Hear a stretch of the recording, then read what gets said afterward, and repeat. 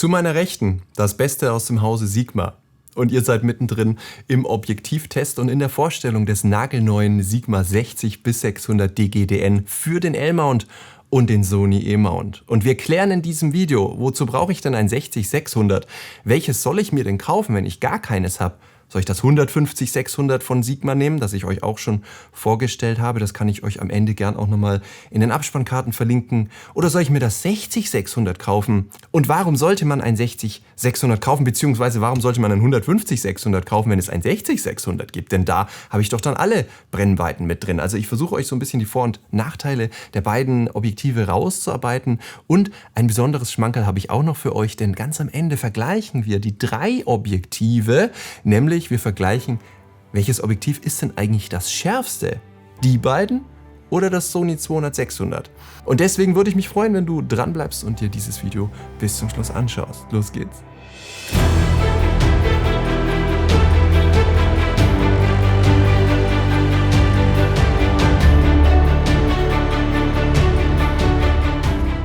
Der Klassiker der Telezooms ist irgendwie so zwischen 200-600. Tamron hat ja so ein 150-500, Canon hat ein 100-500 und Sigma hat auch ein 150-600 und jetzt bringen sie ein 60-600 raus. Wieso haben sie das nicht gleich gemacht, könnte man jetzt fragen. Dazu kommen wir gleich. Zuerst einmal, wo könnte denn ein 60-600 interessant sein? Schaut euch mal dieses Bild an, das ich im Display in Namibia aufgenommen habe. Bei diesem Bild habe ich das 200-600 von Sony nur dabei gehabt und ich hätte mir gewünscht, dass ich vielleicht dieses Bild nochmal so einen Tacken weitwinkliger aufnehmen kann. Dass ich variieren kann mit 100 mm, 120, 150 und 200. Ich konnte aber nur auf 200 maximal rauszoomen und das Bild gehört trotzdem zu meinen Lieblingsbildern. Ich habe es großformatig bei mir zu Hause an der Wand im Wohnzimmer hängen und ich liebe dieses Foto. Einmal mit diesem Gegensatz dieses Todesschattens, also dieses Todestal im Vordergrund, wo die Bäume abgestorben sind, aber gleichzeitig auch die aufgehende Sonne, die hier die Sandkörner, also der Wind, der die Sandkörner in das Licht reißt. Also das steht für mich so für, es gibt noch irgendwie eine Hoffnung. Ja, also das Bild hat einfach eine wahnsinnige Bildsprache für mich und vielleicht hätte ich es aber gerne nochmal vielleicht weitwinkliger aufgenommen. Hätte ich das 60-600 dabei gehabt, wäre es für diesen Tag das perfekte Objektiv gewesen. Oder geht zum Beispiel davon aus, ihr seid Sportfotografen, ihr steht hinter dem Fußballtor und ihr wollt sowohl ganz tief hinter ins Feld jemand heranzoomen können, aber wenn derjenige dann auf mein Tor hier zurennt, dann habe ich plötzlich den Trouble und sage, oh, 150 mm, da kriege ich höchstens nur noch die Nasenspitze von demjenigen drauf. Und dann habe ich einfach die Möglichkeit, schnell und agil in den Weitwinkel zu zoomen. Ja, und ich habe nicht die Zeit, gut, ich könnte einen zweiten Kamerabody mir umhängen und könnte schnell mit der anderen Kamera weitermachen. Das ist natürlich der Fall. Nächste Situation, ihr seid bei einer Airshow, ihr habt irgendwie so ein Düsenjet, das rast hier von rechts nach links in einer Dreier-Performance, 3 Stück, 4 Stück, 5 Stück. Und ihr wollt das im Tele 600 mm ratatatat, wollt ihr das fotografieren. Ja, jetzt machen die aber mit irgendwelchen Rauchkanonen irgend so eine coole Performance in den Himmel und ihr habt da plötzlich so ein blau-pinkes Herz in den Himmel gemalt. Ja? Und ja, Pech gehabt, wenn ihr jetzt nicht weit genug rauszoomen könnt, wenn ihr nicht in den Weitwinkel kommt. Ja? Und bei diesem Objektiv könnt ihr halt dann einfach auf 60 mm zurück und ihr seid blitzschnell im Wechseln zwischen extremen Tele und extremen Weitwinkel, hätte ich fast gesagt. Nein, aber für ein solches Teleobjektiv ist das ein extremer Weitwinkel von 60 mm.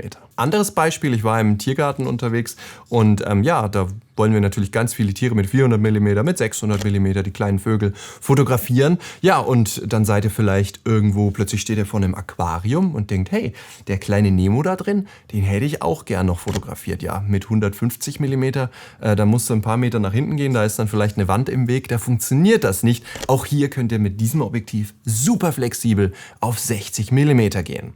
Aber jetzt könnten wir uns die Frage stellen, wieso gibt es denn dann überhaupt noch ein 150-600? Was sind denn dann die Nachteile eines 60-600? Denn irgendwelche Nachteile muss es ja geben. Und ja, es gibt hier einen sehr gewichtigen Nachteil. Und das ist ein Wortspiel, es ist nämlich das Gewicht. Wir haben hier bei diesem Objektiv, und ich vergleiche die beiden auch gleich nochmal im Detail, ein 105 mm Frontelement, also ein Filtergewinde mit 105 mm vorne. Und hier haben wir ein 95 mm. Und das spricht schon genau das an, was das Problem ist, nämlich Gewicht. Wir haben hier einen Gewichtsunterschied von 400 Gramm und der ist wirklich nicht unerheblich. Ja? Den müsst ihr mitschleppen. Aber wenn ihr jetzt sagt, ich möchte flexibel sein und möchte trotzdem auch noch irgendwie ein zweites Objektiv dabei haben, irgendwie so ein 70-200 oder ein 35-150, ja, dann, was habt ihr dann? Dann habt ihr eigentlich noch mehr Gewicht im Rucksack. Also das muss man auch so ein bisschen differenzieren. Wir haben zwar hier ein sehr schweres Objektiv, das ist sehr schwer in der Hand, 2650 Gramm, das hier wiegt nur 2250 Gramm. Das ist zwar viel leichter geworden als die alte DSLR-Variante von Sigma, da gab es ja schon ein 60-600, ja, aber es ist halt trotzdem eins der schwersten Objektive, die man kaufen kann. Aber man hat halt eben diese wahnsinnige Flexibilität. Und das muss halt gegeneinander abgewogen werden. Wann greife ich also zum 150-600? Naja, zum einen ist das schon ein paar Monate auf dem Markt, also ich glaube jetzt ein Jahr ungefähr, und ist deswegen natürlich einmal viel, viel preiswerter, weil das Ding muss sich erstmal ja noch bezahlt machen bei Sigma. Das muss sich ja erst noch monetarisieren, ja, in der Entwicklung, dass sie das extra konstruiert haben nochmal. Deswegen, das hat jetzt erstmal den teuren UVP, das ist klar. Also erster Vorteil, das hier wäre jetzt viel günstiger, das 150-600. Und ihr seid hier natürlich wesentlich leichter unterwegs und habt aber dann, ja, man könnte vielleicht auch sagen, habt vielleicht einen etwas flinkeren AF noch. Das könnte sein, dass das ein bisschen agiler ist. Und es ist halt einfach viel, viel leichter, aber auch viel, viel unflexibler. Das muss man halt immer gegeneinander abwägen. Und ich habe euch jetzt ein paar Beispiele genannt, wann es vielleicht interessant sein kann, ein 60-600 euch anzuschaffen, wenn ihr noch gar kein Teleobjektiv habt. Aber jetzt reden wir mal erst über das 60-600. Was kann denn die Linse? Was ist denn anders geworden zum 150-600? Bis auf das Gewicht und die Größe ist hier fast überhaupt nichts anders. Wir haben ein identisches Objektiv und das war hier schon extrem weit vorne in der Ausstattung und lässt so manchen Hersteller neidvoll erblassen. Ja? Wir haben hier nämlich zum Beispiel diese Objektivschelle, die hat gleich mal eine AK Swiss Fräsung drunter, sodass wir keine Stativplatte extra hinschrauben müssen, sondern wir können das direkt in das Stativ einspannen. Alle Daumen nach oben. Wir können diese Schelle auch mit Imbusschlüsseln abnehmen, wenn die uns stört. Dann haben wir nur noch den kleinen Nöppel hier, weil nicht jeder mag diese Schelle. Kann man auch abbauen. Ja? Dann, wenn wir schon bei der Objektivschelle sind, ich mache euch die mal auf, dann habt ihr hier Kugelrasten, die alle 90 Grad satt einrasten. Sehr, sehr schön. Und auch hier alle Daumen nach oben, 1A. Ja. Dann haben wir hier 3, ich sage immer Fokusunterbrecher, da könnt ihr natürlich drauf programmieren, was ihr wollt. Wir haben 3 umliegende Tasten hier am Objektiv. Auf dieser Seite ist keine Taste, also oben, unten, links. So, dann haben wir hier einen Lockschalter und zwar funktioniert der so, dass das Objektiv jetzt nicht mehr rausfahren kann und man kann ihn sogar bei jeder Brennweite auch sperren, die man sich wünscht und die kann man dann aber auch durch entschiedenes Drehen einfach wieder lösen, ohne dass ich den Knopf bewegen muss. Also diesen Lockschalter muss ich nicht anfassen, wenn ich aus dieser Sperre raus will. Bei 60 mm muss ich ihn anfassen, sonst wäre der Sinn ja schwachsinnig. Ja, also so ist es wirklich gesperrt. So, ihr habt schon gesehen, wir haben also einen außenliegenden Zoom, der fährt raus. Ja, wir haben keinen Innenzoom. Auch das hat nicht nur Nachteile. Viele würden jetzt sagen, oh, das ist ja ein Außenzoom, da kann Wasser drauf regnen, er wirkt wie eine Luftpumpe, da kann Staub reingezogen werden. Das ist alles richtig, ja. Und er ist jetzt auch kopflastiger, wenn ich so fotografiere, ist es ein bisschen kopflastiger. Ein Innenzoom ist natürlich charmanter. Das Sony 200-600 ist ja ein Innenzoom. Dem vertraue ich vielleicht ein Stück weit mehr, dass kein Staub reinkommt. Dem vertraue ich ein Stück weit mehr, dass es wirklich vielleicht etwas wetterfester ist. Kann man so pauschal natürlich nicht sagen, weil das hat auch was damit zu tun, wie gut sind die Knöpfchen hier im Hintergrund abgedichtet. Ja, da müssen wir das Sony erstmal aufschrauben, um da zu gucken, ob das wirklich besser ist. Aber dieser Außenzoom hat natürlich auch Vorteile. Welche sind das? Nun ja, ich kann das Objektiv etwas kompakter bauen, weil ich das Gehäuse, wo der Zoom drin beherbergt wird, nicht drumherum bauen muss. Ja? Und es gibt noch einen Vorteil, und zwar kann ich diesen hier machen. Ich kann extrem schnell durch Rein- und Rausziehen reinzoomen und rauszoomen. Das geht beim Sony nicht, weil ich nichts zum Ziehen habe, ja, sondern ich muss beim Sony immer hier eben diese Bewegung machen. Und wer das nicht mag und ist auch ein bisschen umständlich und dauert ein bisschen länger, wer schnell zoomen will, der zieht das hier einfach raus. Das ist der Vorteil eines Ausfahren des Zooms, aber er hat natürlich auch seine Nachteile, ganz klar. Das Objektiv ist made in Japan. Es ist gegen Staub und Spritzwasser soweit abgedichtet. Wir haben hier eine schöne satte Gummidichtung und jetzt kommen wir schon zu den Schaltern. Wir haben hier einen AF-MF Umschalter dran. Wir haben eine Fokuswegbegrenzung. Wir haben einen Stabilisator, der nochmal besser geworden ist. Und das ist auch wirklich, wenn ihr das in der Hand habt, ihr merkt einfach, wie super dieses Objektiv auch stabilisiert. Da muss man wirklich sagen, ganz, ganz klasse gemacht. Wir können natürlich zwischen Mitzieher und normaler Stabilisation umschalten. Und sehr spannend, wir haben einen C1 und einen C2 Custom-Knopf, den wir auch deaktivieren können. Und das ist natürlich für die L-Mount-User interessant, denn die haben nicht nur den Vorteil, dass es hier Telekonverter zu den Objektiven gibt, bei Sony nicht, sondern die haben auch den Vorteil, dass es eine Docking-Station gibt, wo ich C1, C2 programmieren kann. Das heißt, ich kann mir hier irgendwas drauf programmieren, zum Beispiel eine Fokuswegbegrenzung und dann weiß ich, wenn ich C1 einlege, habe ich diese Fokuswegbegrenzung drin. Ganz, ganz toll. Standardmäßig ist da drauf programmiert der Ansichtsmodus im Sucher. Also wie wirkt das Bild? Wirkt es stabilisiert oder wirkt es dynamisch? Das ist jetzt für mich total unwichtig. Ich möchte halt einfach ein stabilisiertes Bild, wenn ich durch den Sucher schaue. Und für mich als Sony E-Mount-User ist der Knopf jetzt eigentlich ziemlich uninteressant. Ja? Schade. Schade, dass es da keine Docking Station für Sony gibt. Das muss man halt einfach auch so konstatieren. Die Gegenlichtblende ist ganz, ganz toll. Das hatte ich letztes Mal schon gelobt. Sie ist nicht nur innen schön gebrochen, dass das Licht und die Reflexionen eliminiert werden, sondern sie hat auch einen satten Gummiring, ja, sodass ich wirklich sage, hey, das Ding kann ich auch mal so auf den Steinboden stellen. Das mache ich nämlich schon hin und wieder mal oder auf dem Felsen, wenn ich irgendwo bin. Ja, und das ist natürlich schon schön, weil das ist einfach robust. Da ist eine schöne gummierte Gegenlichtblende dabei und was ich bei Sigma auch immer sehr lobend erwähne, ist die Gesamtausstattung insgesamt. Wir haben die Wahl, entweder vorne diese bekannte Sigma Plastikkappe drauf zu machen, also den Objektivdeckel oder wir haben auch hier so eine schöne Stoffmanschette, die wir nehmen könnten. Wir können natürlich auch beides zum Schutz nehmen, aber in der Regel nimmt man immer nur eins, entweder die Stoffmanschette, die man dann hier drauf switcht, oder eben den Kunststoffdeckel. Und auch lobend zu erwähnen, es gibt eine richtig tolle Objektivtasche dazu. Das hört sich jetzt alles so Werbeblabla-mäßig an, aber das ist nicht selbstverständlich. Tamron zum Beispiel spart hier eine Menge Geld. Die bieten Kampfpreise bei ihren Objektiven, aber da ist halt dann auch nichts dabei. Da habt ihr halt das Objektiv in der Plastiktüte im Karton liegen und hier bei Sigma habt ihr halt eine richtig tolle Objektivköchertasche noch dabei, die gleichzeitig hier so eine Aussparung hat, sodass ihr das Objektiv zum Beispiel auch an euren Koffer stecken könnt. Also den Koffergriff kann man hier durchstecken, wenn ihr den Trolley hinter euch herzieht. Da liegt das halt einfach elegant oben drauf. Also all das ist eben halt bei Sigma Standard und das möchte ich schon nicht unter den Tisch fallen lassen, denn das kostet auch alles Geld. Wo liegt jetzt in der Ausstattung der Unterschied zum 150-600?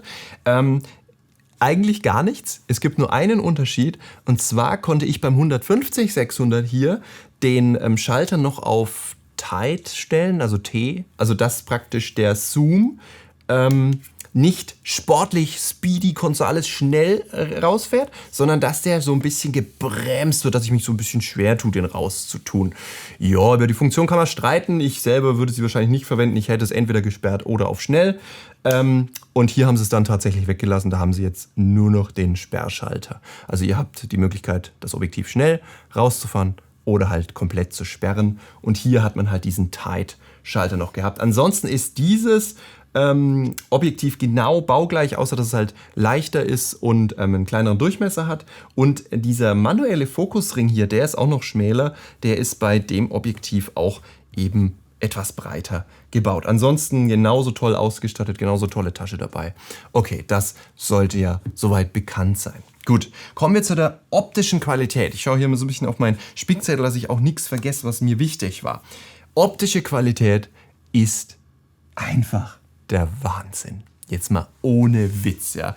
Diese Sigma-Objektive, die flashen mich immer weg. Ja, also egal, ob ich irgendwie eine Sigma Festbrennweite in der Hand habe oder dieses, gut, muss ich ein bisschen relativieren. Ich habe eigentlich in den letzten, von Premium-Herstellern in den letzten Jahren nie ein unscharfes Objektiv in der Hand gehabt. Ja, also das kann man eigentlich eh nie sagen, aber ich will euch das nicht nur einfach erzählen, sondern ich untermal euch das jetzt mal mit Bildern, die wir richtig böse ranzoomen. Und ihr seht da einfach brutale Details. Das hier zum Beispiel ist das erste Foto, was ich mit diesem Objektiv aufgenommen habe. Und mit Sicherheit sieht das Sigma nicht gern, dass ich euch als allererstes ein Bild zeige, was so stark verrauscht ist mit ISO 25600. Aber trotz dieses extremen Rauschens, schaut euch mal diese unfassbare Schärfe an. Wir reden hier von einem Objektiv, was ein 10-fach-Zoom ist. Noch vor nicht so langer Zeit war das so, dass so ein Superzoom so eine gewisse Schwäche immer hatte mit Schärfe oder so. Aber die heutigen Objektive, die sind selbst, wenn wir so eine extreme Zoom-Konstruktion umsetzen, mit 10-fach-Zoom, sowas von brutal scharf. Schaut euch diese Ergebnisse an. Die Schärfe ist natürlich nur das eine. Und hier muss ich sagen, liefert das Objektiv gnadenlos ab. Egal, ob ich auf 60 mm bin, egal, ob ich in der Mitte bin oder auf 600 mm bin. Also für mein Dafürhalten war dieses Objektiv unschlagbar scharf. Das ist eine Offenbarung, wenn ihr so ein Foto schießt und ihr geht in euer Display und klickt auf die Lupe und bap, und ihr seht einfach, wow! Festbrennweitenniveau, ja, also so vom ersten Eindruck. Natürlich, wenn wir jetzt eine Festbrennweite dagegen vergleichen und Pixel zählen, wird die noch einen Tacken schärfer sein, aber das ist einfach, ihr schaut das Bild an und könnt euch nicht vorstellen, dass das noch schärfer geht. Ich wurde allerdings danach noch eines Besseren belehrt, es geht tatsächlich noch schärfer, aber es ist einfach, man kann es erstmal gar nicht begreifen, dass das schärfer geht. Wahnsinn, ich bin wirklich sehr begeistert von dieser Schärfe. So, nächstes Qualitätskriterium. Bokeh. Wir haben hier 9 Blendenlamellen. Sehr schön für runde Bokehbälle. Und ich muss auch hier sagen, das Bokeh ist wunderschön. Da gibt es überhaupt nichts zu meckern. Sehr schön, erste Sahne. Nächster Punkt, chromatische Aberrationen, sonstige Fehler. Vielleicht eine starke Vignettierung. Vignettierung, muss ich ehrlich dazu sagen, habe ich mir jetzt nicht so sehr angeschaut. Ist auch etwas, was mich auch, muss ich ganz ehrlich sagen, privat in meinem Business, wenn ich selber hobbymäßig privat fotografiere, interessiert mich nicht. Ja? Weil meistens ist es so, dass wir bei Fotos sowieso später noch eine leichte Vignette dazu machen, um das Motiv nochmal zu betonen. Und mir ist jetzt hier keine Vignette aufgefallen. Ich müsste jetzt aber einen genauen Test machen, indem ich mal einen Himmel ziehe und euch zeige. Natürlich haben wir hier mit Sicherheit eine leichte Vignette drin. Keine Frage, interessiert mich aber auch nicht, muss ich euch ganz ehrlich sagen. Aber diese anderen Fehler, chromatische Aberrationen im Gegenlicht, hier diese Fotos. Ihr seht hier, dass ihr eigentlich nichts seht. Man hat das Gefühl, ein fehlerfreies Objektiv in der Hand zu haben. Und natürlich ist das für euch keine schöne Information. Natürlich wollt ihr jetzt lieber, dass ich das irgendwie total kritisiere und sage, was da alles schlecht war. Aber ich habe mich wirklich schwer getan. Vielleicht, wenn ich ein Jahr damit unterwegs bin und habe ganz viel fotografiert, könnte ich euch dazu vielleicht noch ein bisschen besser Informationen mitgeben. Ja? Und vielleicht nochmal zacken sagen, okay, über das Jahr in der Erfahrung hinweg war das und das vielleicht ein bisschen schlecht. Ja? Aber in den 2-3 Wochen, wo ich jetzt damit fotografiert habe, war das einfach absolut krass. Ja, mehr kann ich dazu erstmal nicht sagen. Das wäre der Punkt Bildqualität. Also wir haben ein wahnsinnig scharfes Bild, wir haben super feine Details, wir haben einen tollen Kontrast, das Objektiv ist nicht irgendwie milchig oder sonst was. Wir haben einen schönen Autofokus, der hier mit der Augenerkennung für die Tiere auch perfekt gearbeitet hat. Ja? Und ihr seht es ja an den Fotos. Was gibt es da zu meckern? Sagt es mir. Schreibt es mir unten in die Kommentare. Ich bettel darum. Ja? Ich möchte hier meinen Horizont erweitert haben. Also ich bin begeistert. Muss ich euch wirklich, wirklich sagen. Einmal macht hier Sigma einen ganz tollen Job, weil die sehr preislich attraktive Objektive bauen. Das 150-600 ist jetzt schon 1-2 Jahre auf dem Markt. Das kriegt ihr jetzt für 1.400 € im Schnitt.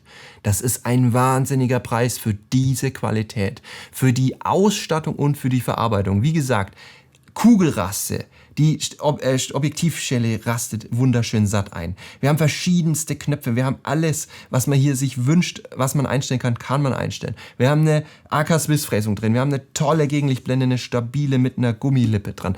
Wir haben eine tolle Tasche dabei. Also ich wiederhole mich ja im Grunde, ne? Aber ich möchte euch dafür mal ein bisschen sensibilisieren, was Sigma hier für einen tollen Job macht. Und da muss ich wirklich sagen, da bin ich auch froh und dankbar, dass ich das vorstellen kann. Denn wenn ich hier ein Produkt euch vorstellen soll, das mich selber nicht überzeugt, dann ist das kein schönes Video. Das macht mir keinen Spaß. Aber vielleicht kann ich es so ein bisschen transportieren, was ich für Freude mit diesen Objektiven habe. Aber durch die Bank, muss ich echt sagen. Okay. Schauen wir mal, was habe ich noch aufgeschrieben. Wie sieht es im Videobereich aus? Ich habe nicht so viel gefilmt, damit ich habe bin ich an so ein Darmwildgehege gefahren und habe die mal so ein bisschen gefilmt, wie sie hin und her joggen.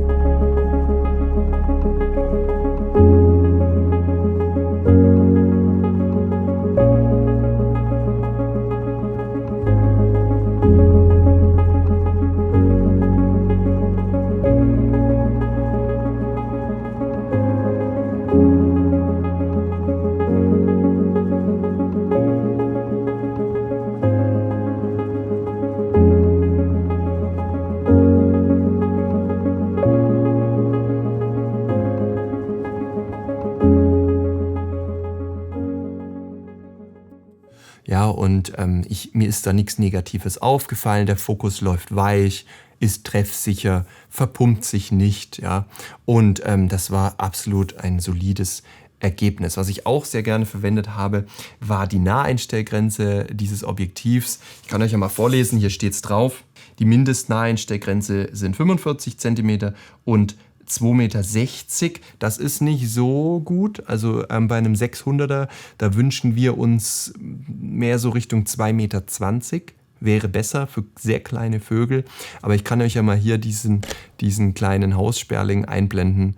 Den habe ich einfach so sitzen gesehen, 600 mm. Bam, und fotografiert. Und das ist einfach ein Wahnsinnsfoto. Hier einfach Lightroom Preset Moody Braun draufgeschmissen und schon habt ihr da ein Wahnsinnsbild. Wenn ihr euch für die Presets interessiert, schaut gerne unten auch mal in die Videobeschreibung. Da könnt ihr die euch zulegen, aber ich glaube, meine Zuschauer haben die schon alle. Okay, also wie gesagt, 2,20 Meter wäre schöner für die Naheinstellgrenze kleiner Vögel. 2,60 Meter ist so ein bisschen weiter weg. Ich weiß gar nicht, wie das hier war.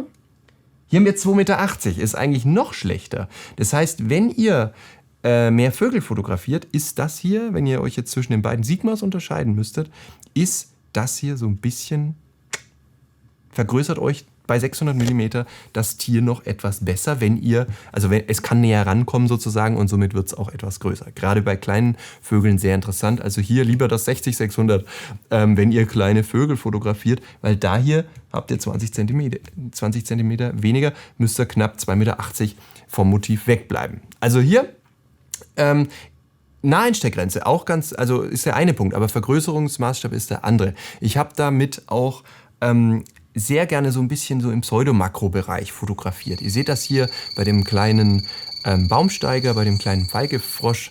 Der ist ja wirklich, also der ist so vielleicht 2,5 Zentimeter groß. Müsst ihr auch lange suchen, bis ihr den findet, ja, im Tropenhaus. Ich kenne mich aber damit ein bisschen aus, deswegen finde ich die meistens. Ja, und ihr seht, da braucht ihr nicht mehr Makroobjektiv mitnehmen. Etwas größere Insekten, Amphibien, wie dieser kleine Frosch, gar kein Problem. Ja? Entweder, also ich glaube, die größte Vergrößerung haben wir hier so bei 200 mm. Ich glaube, hier waren es 180, 187, müsste ich nochmal genau nachlesen. Das könnt ihr beim Hersteller auch erfragen oder steht in der Anleitung, bei welchen Millimeter Brennweite ist denn dieses Objektiv in der größten Makrovergrößerung sozusagen. Ja? Und das hat mir auch super Spaß gemacht hier. Mache ich gerne mit dem Tele mit. Ich habe auch in Namibia letztens eine Libelle am Poolrand fotografiert. Und da hat eine Lodge so einen Pool gehabt und da hatte ich Langeweile, Marion hat was gelesen. Da habe ich mit dem Tele einfach 600 mm Bang auf so eine feuerrote Libelle fotografiert. Und das hat eine Wahnsinnsschärfe. Da fragt man sich, warum man noch mit Makro rumrennt. Ja? Meistens wahrscheinlich, weil es leichter ist. Aber natürlich haben wir hier keinen 1:1 Makrovergrößerungsmaßstab, aber das wollte ich halt einfach mal erwähnen. Das macht auch sehr viel Spaß, da ein paar Makros nebenbei mitzuschießen. Also, bevor wir zum Schärfevergleich kommen der beiden Objektive, welches ist denn eigentlich schärfer? Und ist das Sony schärfer? oder welches ist das schärfste? Wenn ich jetzt ein Objektiv rein nach der Schärfe kaufen müsste, welches müsste oder würde ich dann empfehlen oder nehmen? Aber zuerst nochmal die 3 Nachteile zusammengefasst, die ich hier finde. Wir haben einen relativ hohen UVP-Grad mit 2400 €, weil das Ding halt einfach neu ist. Ja? Wir haben dürfen aber dabei nicht vergessen, es ist das einzige Objektiv auf dem Markt, was das kann mit den 60-600. Das muss man dazu sagen. Natürlich muss Sigma hier mehr investieren, um so eine Konstruktion auf den Markt zu schmeißen. Das muss man dazu halt auch sagen. Dann haben wir ein relativ schweres Objektiv. Das ist auch einer der Nachteile, die ich hier erwähne. Und dann hätte die Naheinstellgrenze bei 600 mm für kleine Vögel nochmal vielleicht um 20 cm vielleicht besser ausfallen können. Das ist ein kleiner Nachteil, das wirkt sich in der Praxis, habt ihr in dem Haussperling gesehen, nicht so aus. Aber das sind so die 3 Sachen, wo ich jetzt sage, ja. Ne? Und vielleicht, ja, außenliegender Zoom, das hat Vor- und Nachteile. Also haben wir drüber geredet, brauche ich nicht wiederholen. So, jetzt gehen wir in den Schärfevergleich. So, fangen wir an mit dem 60-600. Wie scharf ist das denn? Ich habe hier Fotos gemacht mit 150 mm, dass wir das mit dem 150-600 vergleichen können. Und ich habe natürlich mit 600 mm. Alles dazwischen müsst ihr selber machen. Ich kann nicht stundenlang hier ein Video durchziehen mit allen Millimeter Brennweiten. So, und was muss ich feststellen, wenn ich diese Bilder mir anschaue? Und ich habe nicht nur ein Bild gemacht, sondern ich habe jede Brennweite von jedem Objektiv, mindestens 10, 20 Bilder gemacht und habe davon jeweils das Schärfste rausgenommen, auch beim Sony. Ja? Nicht, dass ihr denkt, ich habe nur ein Bild gemacht und das war's, sondern ich habe 10 Fotos gemacht, manchmal sogar mehr, habe das Schärfste genommen und das wird euch jetzt präsentiert. 150 mm sehen wir keinen Unterschied. Also ich muss sagen, ob ich da 150 mm einstelle oder ob ich hier 150 mm einstelle, bei Offenblende 5.6, ich sehe da keinen Unterschied. Beide brutal scharf. So, jetzt wird's spannend. 600 mm. Wir sind sehr häufig mit solchen Brennweiten bei 600 mm unterwegs. Und da muss ich sagen, alle Achtung, 150-600 ist hier der Gewinner. Bei der Offenblende sieht man es noch relativ deutlich, dass das 150-600 bei 600 mm wirklich nochmal, das kann man ja eigentlich gar nicht fassen. Deswegen habe ich zu euch am Anfang gesagt, ich wurde eines Besseren belehrt. Weil wenn ihr euch das Foto anschaut, denkt ihr, gibt's nicht, geht nicht schärfer, Punkt. Ja? Wenn ihr dann aber das anschaut, was das Ding bei 600 leistet, dann merkt ihr, gibt's eigentlich gar nicht, aber nochmal einen Tacken schärfer. Ja? Also wenn ihr auf diese unteren 60 mm verzichten wollt, ja, ist das beste Objektiv, was ihr zu dem Geld kaufen könnt. Das ist einfach krass. Ja? Es ist lichtstark, ja, überlegt mal, es gibt ganz viele 600 mm Objektive, die haben nur eine 6,7, eine f8, ja, kleiner Seitenhieb an Fuji, da ist das 150-600, das kann nur eine f8 bei 600 mm, das Canon 100-500 macht nur eine 7,1 und das Tamron 150-500 macht nur eine 6,7, dafür ist es kompakter und schön leicht, ist ein anderes Thema, ganz klar, aber das hier ist das einzige Objektiv, das in puncto Lichtstärke hier dem Sony das Wasser reicht mit 6,3. Leider für die Sonyaner, bedenkt das, keinen Telekonverter. Den gibt es nur für L-Mount. Wenn ich L-Mount-User bin, ist das oder das sowieso ein Pflichtkauf. Wahnsinn, müsst ihr haben. Wie gesagt, sehr preisgünstig, 1400 €. Ist nochmal schärfer bei 600 mm, auch wenn wir hier das Gefühl haben, das geht eigentlich gar nicht, weil es auch extrem scharf ist. So, und jetzt ist natürlich die spannende Frage, welchen Platz belegt hier Sony? Überholt Sony diese beiden Objektive in puncto Schärfe? Nein, das Sony-Objektiv ist deutlich das unschärfste dieser 3 Objektive. Es nimmt den 3. Platz ein. Habe ich mit dem Sony, habe ich schon sehr viele Fotos gemacht, habe ich mit dem Sony deswegen unscharfe Fotos? Auch nicht. Ja. Auch diese Bilder vermitteln euch das Gefühl, dass es eigentlich super scharf ist. Da gibt es nichts dran zu meckern. Und auch wenn es um Autofokus-Performance geht, also extreme Wildlife-Fotografie, Vogel formatfüllend kommt auf mich zugeflogen, würde ich dem Sony mehr vertrauen, weil es in der Vergangenheit immer gezeigt hat, das habe ich jetzt nicht evaluiert auf der Autofokus-Teststrecke, war das Wetter einfach zu nass dazu, ja.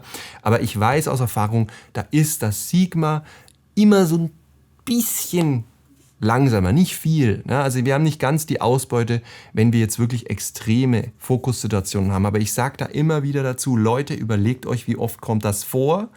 Schaut euch meine Bilder an. Wenn ihr 30.000 Wildlife-Bilder bei mir anschaut, dann war das Motiv zu 95% still am Fleck. Egal, ob das ein Vogel, ein Tiger, eine Schildkröte oder eine Schnecke ist. Ja, das läuft euch meistens nicht weg, wenn ihr es fotografiert. Nur dann, wenn ihr Windhunderennen fotografiert, Ballsportarten in Innenräumen, wo ihr wirklich das letzte Quäntchen Autofokus braucht, würde ich immer eher dazu tendieren, zu sagen, ja, da ist das Sony ein Zacken schneller. Aber bedenkt, wenn ihr ansonsten ganz normal Wildlife fotografiert, ihr seht die Bilder, die ich damit gemacht habe, da ist nichts unscharf. Ja, weil die Tiere einfach immer ihre Ruheposition haben. Natürlich, wenn der Vogel gerade springt, kann es sein, dass das Objektiv dann sagt, ja, zacken, zu schnell, komme ich nicht hinterher, ist vielleicht ein bisschen der Fokus daneben. Das kann euch da schneller passieren, aber es ist marginal. Das muss ich immer wieder herausstellen, weil ich kenne Zuschauer, die nehmen solche Aussagen von mir und stellen die überproportional groß und störend dar und das ist nicht richtig. Es geht hier um Feinheiten, das muss ich dazu betonen. Ich muss das Objektiv nicht gesund beten. Ich kriege keinen Cent dafür, dass ich euch dieses Objektiv jetzt vorstelle. Ich stelle euch das vor, weil Sigma einfach ein namhafter Hersteller ist, der tolle Objektive baut und ich möchte euch das vorstellen. Aber ich muss es nicht gesund beten und ich hoffe, das habe ich auch nicht in diesem Video. Es nimmt den Platz 2 in der Schärfe ein. Unglaublich aber wahr, das 150-600 beamt alles weg, was es hier im Telebereich gibt bei 600 mm. Wenn ich das hier auf eine F8 abblende, merke ich keinen großen Unterschied mehr. Also wenn ich das auf einer F8 habe oder das auf einer F8 habe bei 600 mm, sind die auf Augenhöhe. Wenn ich aber hier aufblende auf eine 6.3, ist das nochmal tatsächlich, auch wenn man das nicht glauben kann, ein Zahn schärfer und das Sony ist hier das unschärfste von allen. Wenn es also rein nach Schärfe geht, und da komme ich selber schon so ein bisschen ins Überlegen, ja, dann sollte ich eigentlich einen Sigma dabei haben, weil 90% meiner oder 95% meiner Wildlife-Fotos zeigen Tiere, die in dem Moment, wo ich sie fotografiert habe, eigentlich sich nicht groß bewegen. Ja. Also sollte ich mal darüber nachdenken, ob ich mir nicht mal nochmal ein schärferes Objektiv zulegen sollte. Ja, ja. Trotzdem, mir hat es gefallen, euch das zu zeigen und euch das mal so ein bisschen einzuordnen. Wie gesagt, meine Prognose ist, das Objektiv wird so ein bisschen schwer haben, weil der Preis halt gerade noch sehr sportlich ist. Ganz klar, das ist eine aufwendige Konstruktion. Sigma ist hier mutig und möchte euch was anbieten und möchte vielleicht so einen Schritt weiter gehen als andere. Und ja, das kann ins Geld gehen. Und das ist halt oftmals so, dass diese Objektive dann kalkulatorisch einfach einen Tacken teurer sind. Trotzdem, es wird hier Abnehmer geben, die sagen, ich brauche diesen Wechsel zwischen 60 mm, dass ich hier die Flugshow draufbringe. Ja, und ich möchte aber auch die 600 mm, dass ich das Düsenjet nochmal von nahen sehe. Und diesen Markt wird es definitiv geben. Ich denke, für alle anderen ist das 150-600 sowieso, viele haben es ja von euch auch schon gekauft, eine super Wahl. Und dieser Test heute hat euch vielleicht nochmal bestätigt, dass bei 600 mm dieses Objektiv der jetzt gekrönte Sieger ist. In diesem Sinne, vielen Dank fürs Zusehen, dass ihr bis jetzt dran geblieben seid. Ich wünsche euch eine schöne Zeit und freue mich, wenn ihr zu einem nächsten Video mal wieder reinschaut zu mir. Und schreibt gerne mal in die Kommentare, mit welchem Objektiv denn eigentlich ihr so unterwegs seid. Vielen Dank und bis bald. Tschüss.